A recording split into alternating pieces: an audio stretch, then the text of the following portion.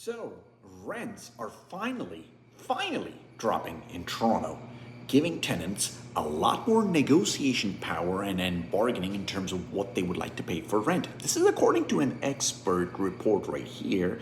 And this report comes from Live Rent's April market report, where the average cost of a one-bedroom apartment in downtown Toronto is $2,224, nearly $400 less than the last rent peak in October 2023.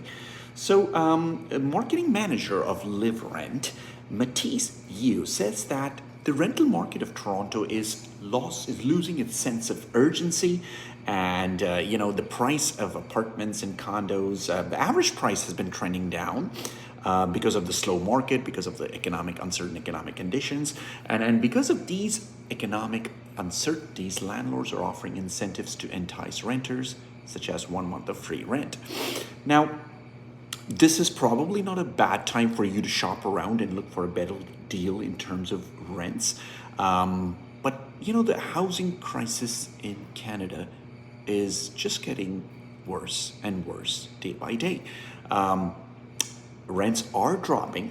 However, there's also some interesting reports in this particular article that I want to highlight, and it's the fact that there is a high supply in the condo market. There's less demand from international students because there are limits on study permits. There's also an uncertain job market, so all these things are contributing towards lower rents.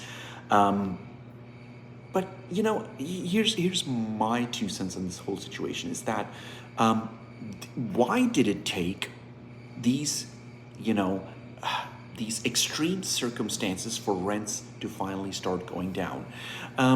People are suffering.